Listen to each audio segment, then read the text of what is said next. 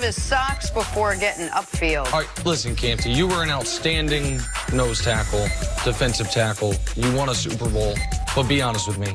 How glad are you that you don't have to go up against I'm Lamar? so glad I don't have to worry about Lamar Jackson, but that's fundamental football right there. Matt Milano's got to keep the quarterback on his upfield shoulder. He cannot allow Lamar Jackson to get outside like that. All your help is on the inside. And not even a great Lamar game, but that's a great Lamar play right there. Lakers and T-Wolves, LeBron James showing how washed he is there with the seismic slam. LeBron with another 30 and 10 game and wasn't even close to the best Laker last night because the Brow goes for a nice little 50 piece as the Lakers get another easy win. Look at LeBron though, offhand, not offhand, right hand, but not the hand you expect him to dunk with going that way. Look at that. Come on, young. Get up. He's the best player in the NBA. There you go. Call it what it is. He's the best. There you go. Little G-League action. Grand Rapids forward Dante Hall. That was big. That's why you don't take the charge, right, Nick? That's why you always challenge at the rim. My guy. Because at least even if you challenge there, maybe you lose, but you don't get mortified. Yeah, that's and bad. You got called for the block, and you got boomed on, and he stepped over you, and you showed up on the show. Not great. Mortified. Pivotal NFC West matchup yesterday between the Rams and the Seahawks, and we finally saw that Sean McVay high-powered offense again. Jared Goff passing for 293 yards and 2 touchdowns. Todd Gurley adding 113 total yards and a touchdown. As the Seahawks snap their 5-game win streak, Rams win it 28-12. Nick, how seriously do we have to take the Rams in the NFC, or judging by your face, not very serious? Not very seriously at all. Okay. Listen, I did a good judge there, didn't I? If they hadn't blown that home game to Tampa early in the year when they scored 40 and lost, if they hadn't gone to Pittsburgh when Pittsburgh was on their second or third quarterback and only allowed 17 and lost, then we'd be talking about something here. We'd be talking about, is this a team that had a little Super Bowl malaise, you know, it shook it off, and now is going to be a dangerous 6th seed? But how seriously do I have to take a team that's going to miss the playoffs? Not that seriously. And so, listen, credit to the Rams for getting a win that I did not expect yesterday. I thought Seattle would win. I thought Seattle was going to be able to keep pace with San Francisco, if not take the outright lead in the division, because I didn't think San Francisco was going to do what they did in New Orleans. And so that's an excellent win.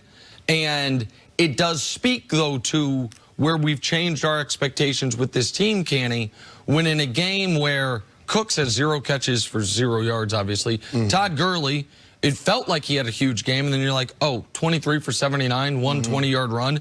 And Jared Goff has 2 touchdowns and 2 picks. We're like, man, that Rams offense is back. I think it speaks to where they had been up until the last couple weeks. So the season's not going to be an embarrassment for them. They're not going to finish with 6 or 7 wins. We know that now. But I still don't think they're going to make the playoffs, and I still think they're going to be in big, big trouble going into next season because of the contracts they have on that team moving forward. Yeah, I think they're going to come up just short. Their next 3 games at Dallas, at San Francisco, and then home against Arizona in Week 17. That San Francisco game is the one that you look at and say, 8-ball says doubtful that they'll be able to go in there and get a win. But, I mean, listen, the playoffs started a couple of weeks ago for the Rams when they had that Sunday night or Monday night loss to the Baltimore Ravens. But they've won 5 out of the last 7, so you give them credit for that. But you just recognize because they got off to the slow start, their margin for error was razor thin. But last night, you got to give them credit. It was a good win for them last night. It was a good win for them. They beat a division opponent at home. Now, I don't know why I got on that Seattle Seahawks corner with Nick Wright after what he said on Friday, because I should have known better. It was a short week for the Seattle Seahawks because they played on Monday night and then going on the road against a division opponent who had their back up against the wall. But listen, Jared Goff played well, especially in the first half of that game. He continued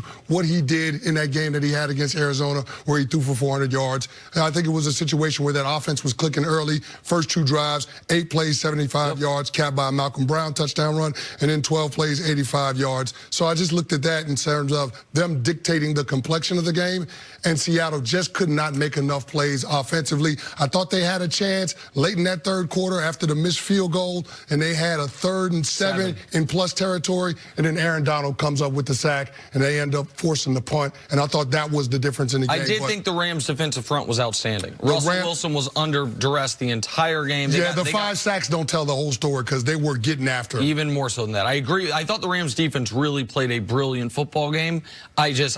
I can't take them seriously as a contender because of, like you said, they'd have to run the table the rest of the way.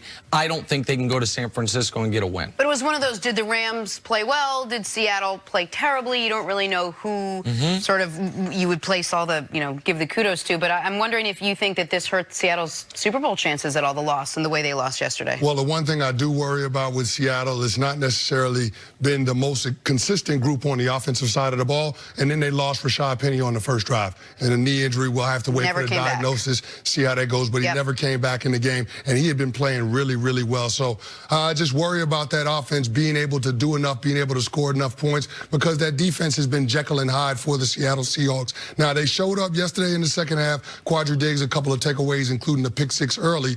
But that defense has got to be better in order for this Seahawks team to really be taken seriously as a contender. So listen, so people are going to, I think, overreact to the impact this has on Seattle's standing, because if they'd have won today, they wake up as the 1 seed. They lose, they end up waking up as a 5 seed. With that said, Seattle still has it all in front of them because they beat San Francisco earlier, and they have San Francisco in Week 17. That Week 17 Niner game, mark it down now. It's going to be 13-2 San Francisco against 12-3 Seattle, with the winner winning the division and assuredly getting a bye, and the loser falling all the way to the 5 seed. So this loss was oddly one they could handle as far as their positioning. Where it's concerning is it's now a month of Russell Wilson going from running away with the MVP to not playing great. Since Week 10, 4 touchdowns, 4 picks, 1 pick in each of these last 4 games. His passer ratings down 83 after the first 8 weeks of the year, 9 weeks of the year. It was 119. And that defense has not gotten better. Like the Seahawks defense again allows 25-plus points. Warren Sharp pointed this out on Twitter. They've made a living all year about falling down big early, double digits early, being down at halftime, and finding a way to come back. Man, eventually you crap out. Like, eventually your luck runs cold on that. So that, to me, is the bigger concern for Seattle than the individual loss, because they still can win this division. They still can get a bye. I think they're going to win the next 2. I think the next 2 are Carolina and Arizona. Yep. They shouldn't have trouble there. And then the huge matchup at home against San Francisco. But it's more stylistically, they were winning by a lot of Russell Wilson magic. And if that magic does not reappear in the final quarter of the season, then they don't have a whole ton of paths to being a Super Bowl contender. Well, they need that magic to reappear, but they also need that defense to play better. Keep in mind, when they beat the San Francisco 49ers on that Monday night game, that was one of Jadeveon Clowney's best game, if not his best game the entire year. Quadri Diggs also had a huge interception in that one, too. So they need that defense in order to be at their best and compete with the better teams in the NFC. But if you're talking about this Seattle Seahawks team, I do not have confidence, if they have to start the playoffs as a wild card, that this team can win 3 straight road games in order to get to the Super Bowl. I feel like this is a team that has to be able to be one of those top 2 seeds in the NFC in order to give themselves a chance in order to be a contender. Do you agree with Canny, or was this a hiccup for this team last night? Well, no, I think that they have to. I think